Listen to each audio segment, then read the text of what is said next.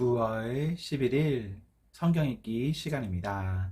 우리 오늘은 에스겔 46장에서 48장, 에스겔 46장에서 48장에 있는 말씀을 읽겠습니다. 46장. 나 주 여호와가 이렇게 말한다. 동쪽을 향하고 있는 안쪽 정원의 문은 일하는 6일 동안은 닫아 두었다가 안식일과 초하루 축제 일에는 열어라. 왕은 바깥 통로를 지나 현관으로 들어와서 문기둥 곁에 서 있고 제사장은 왕을 대신하여 태워드리는 제물인 번제물과 화목제물을 바쳐라. 왕은 그동안 문 입구에서 경배한 후에 밖으로 나갈 것이며 문은 저녁까지 닫지 마라. 이 땅 백성도 안식일과 초하루 축제일에 문 입구에 서서 여호와 앞에 경배하여라. 안식일에 왕이 여호와께 바쳐야 할 번제물은 흠없는 어린 양 6마리와 흠없는 순양 1마리이다. 순양 1마리와 함께 드리는 곡식 제물의 양은 1에바이다. 하지만 어린 양들과 함께 드리는 곡식 제물은 그가 원하는 만큼 바칠 수 있다. 그리고 이 경우 곡식 1에바를 바칠 때마다 올리브 기름 1흰도 함께 바쳐라. 초하루 축제일에는 모두 흠없는 수송아지 1마리와 흠없는 어린 양 6마리와 흠없는 순양 1마리를 바쳐라. 수송아지 1마리와 함께 드리는 곡식 제물의 양은 1에바이다. 순양 1마리의 경우도 마찬가지이다. 하지만 어린 양을 드릴 경우 곡식 제물의 양은 그가 원하는 만큼 바칠 수 있다. 그리고 이 경우 곡식 1에바를 바칠 때마다 올리브 기름 1흰도 함께 바쳐라. 왕은 성전에 들어올 때 현관으로 들어오고 나갈 때도 그곳으로 나가거라. 이 땅 백성이 절기를 맞아 여호와 앞에 나올 때에 북쪽 문으로 들어온 사람은 남쪽 문으로 나가고 남쪽 문으로 들어온 사람은 북쪽 문으로 나가거라. 누구든지 같은 문으로 들어와서 같은 문으로 나가면 안 되고 반드시 들어온 문과 반대되는 쪽으로 나가야 한다. 왕은 백성들과 함께 들어왔다가 그들과 함께 나가거라. 절기들과 특별한 날들에는 밀가루 1에바를 곡식 제물로 바치되 수송아지 1마리와 함께 바쳐라. 그리고 순양 1마리에도 밀가루 1에바를 곁들여 바쳐라. 하지만 어린 양을 드릴 때에는 드리고 싶은 만큼 곡식 제물을 바칠 수 있다. 곡식 1에바를 바칠 때마다 올리브 기름 1흰도 함께 바쳐라. 왕이 여호와께 번제물이나 화목제물을 바치고자 할 때에는 왕을 위해 동쪽 문을 열어 놓아야 한다. 왕은 안식일에 하듯이 번제물과 화목제물을 바치고 나갈 것이며 왕이 나가면 문을 닫아야 한다.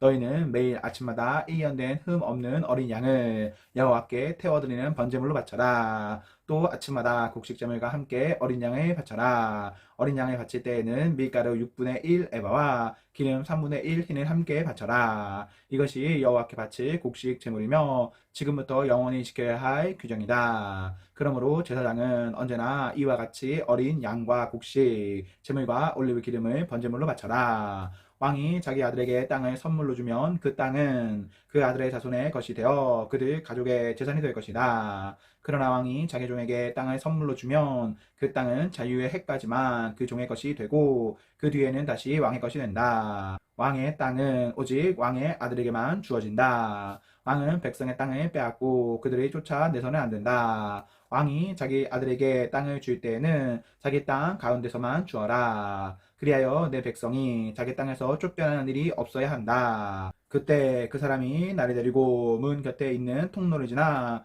제사장들이 사용하는 거룩한 방으로 들어갔는데 그 방은 북쪽을 향해 있었다. 그곳에서 그는 내게 서쪽 끝에 있는 한 곳을 보여주었다. 그 사람이 내게 말했다. 이곳은 제사장이 허물을 씻는 제물인 속건 제물과 죄를 씻는 제물인 속죄 제물을 삼고 곡식 제물을 굽는 곳이다. 이곳에서 삶으면 제사장이 그 제물들을 바깥 뜰로 가져나갈 필요가 없어지고 따라서 백성은 다치지 않게 된다. 그런 후에 그 사람은 나를 데리고 바깥 뜰로 나가서 뜰 내 모퉁이를 돌았다. 뜰 모퉁이마다 작은 뜰이 있었다. 뜰 내 모퉁이에 작은 뜰들이 있었는데 그 뜰의 길이는 20m요 너비는 15m였다. 모퉁이에 있는 네 뜰의 크기는 모두 같았다. 작은 네 뜰을 빙 둘러 돌담이 있었고 돌담 안에는 불이 지피는 부엌이 있었다. 그 사람이 내게 말했다. 이곳은 부엌이다. 성전 제사장들이 백성의 제물을 여기에서 삼는다. 47장. 그 사람이 나를 데리고 성전 출입문으로 갔다. 내가 보니 성전 문지방 아래로부터 물이 나와 성전 동쪽을 향해 흐르다가 성전 남쪽 끝, 곧 제단 남쪽으로 흘러내리고 있었다.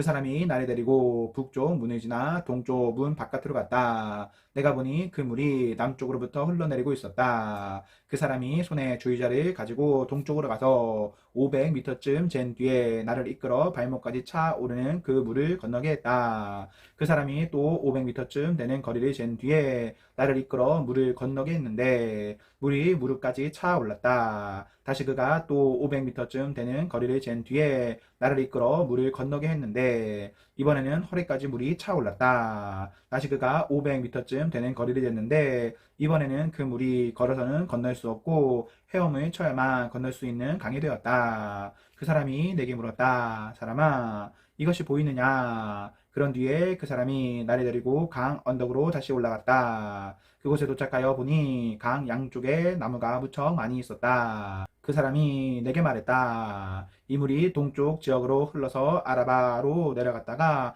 사해로 흘러 들어가면 사해 물은 맑은 물이 될 것이다. 이 강이 흐르는 곳마다 온갖 생물들이 살게 될 것이다.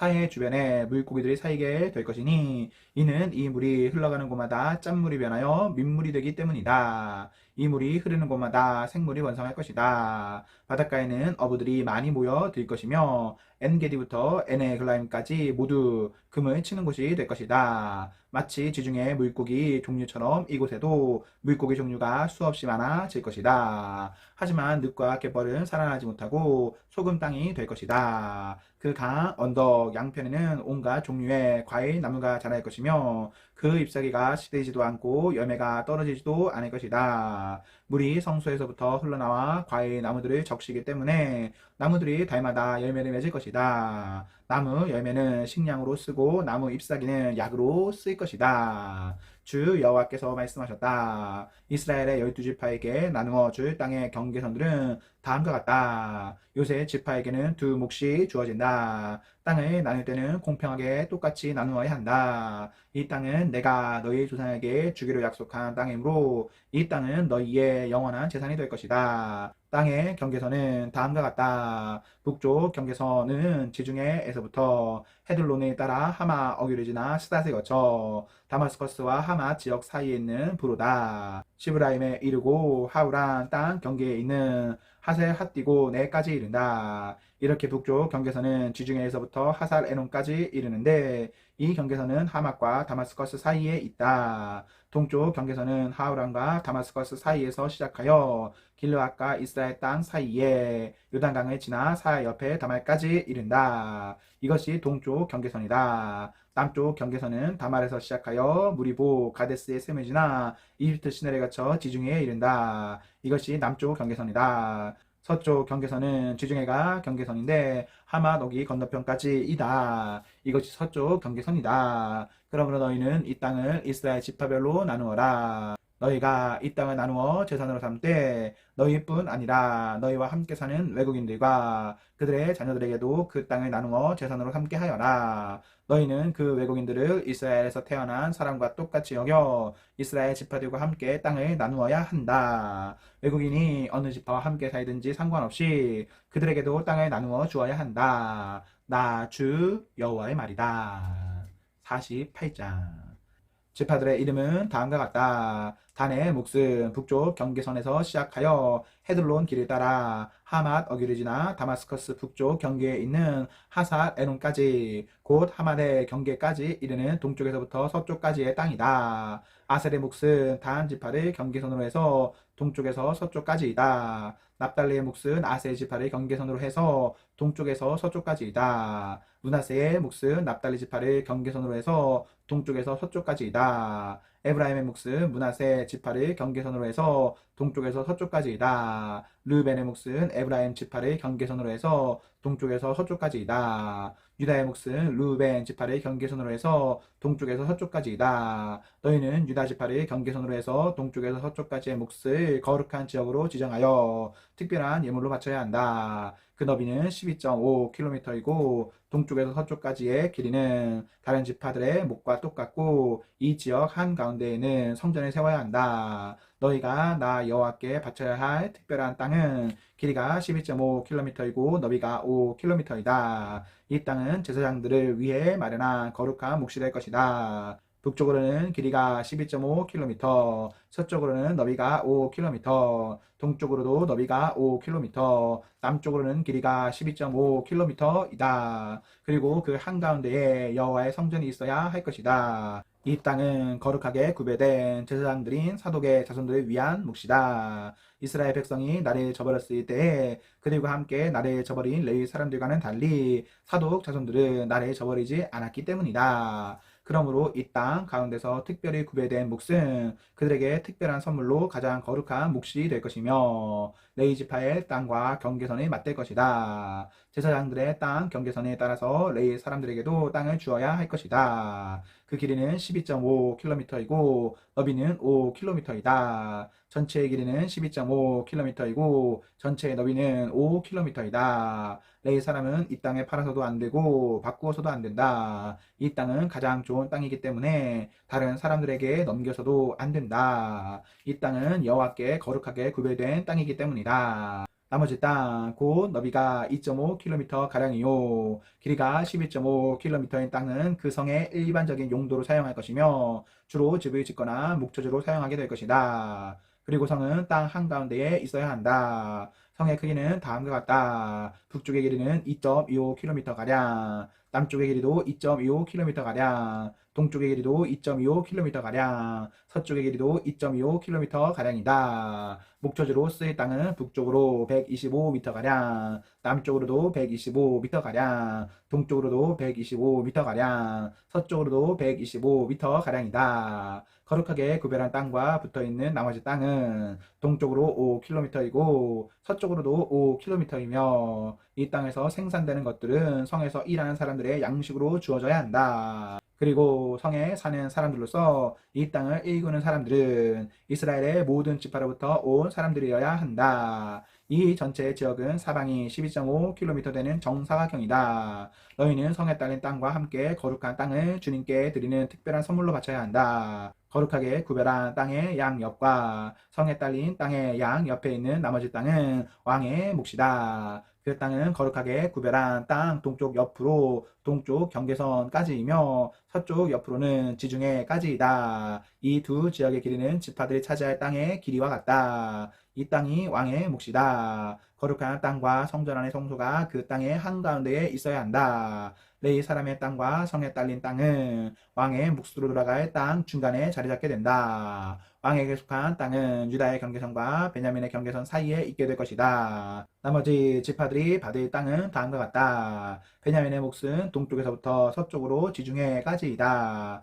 시몬의 몫은 베냐민 지파의 경계선으로 해서 동쪽에서 서쪽까지이다. 이사갈의 몫은 시몬 지파의 경계선으로 해서 동쪽에서 서쪽까지이다. 스불론의 몫은 이사갈 지파의 경계선으로 해서 동쪽에서 서쪽까지이다. 가세의 몫은 스불론 지파의 경계선으로 해서 동쪽에서 서쪽까지이다. 가세 남쪽 경계선은 동쪽으로 사해 부근의 다말에서부터 무리바 가데스 셈까지 이르고 또 거기에서부터 이집트 시내들이 따라 지중해까지이다. 이것이 너희가 제비를 뽑아 이스라엘 지파들 사이에 나누어야 할 땅이다. 이 땅들이 그 지파들의 몫이다. 나 주 여호와의 말이다. 성의 문은 다음과 같다. 북쪽 성벽의 길이는 2.5km 가량이다. 북쪽의 문은 모두 3개가 있는데 그 이름은 루벤 문, 유다 문, 레이 문이다. 성문의 이름은 이스라엘 지파의 이름에서 따온 것이다. 동쪽 성벽의 길이는 2.5km 가량이다. 동쪽의 문은 모두 3개가 있는데 그 이름은 요셉 문, 베냐민 문, 단 문이다.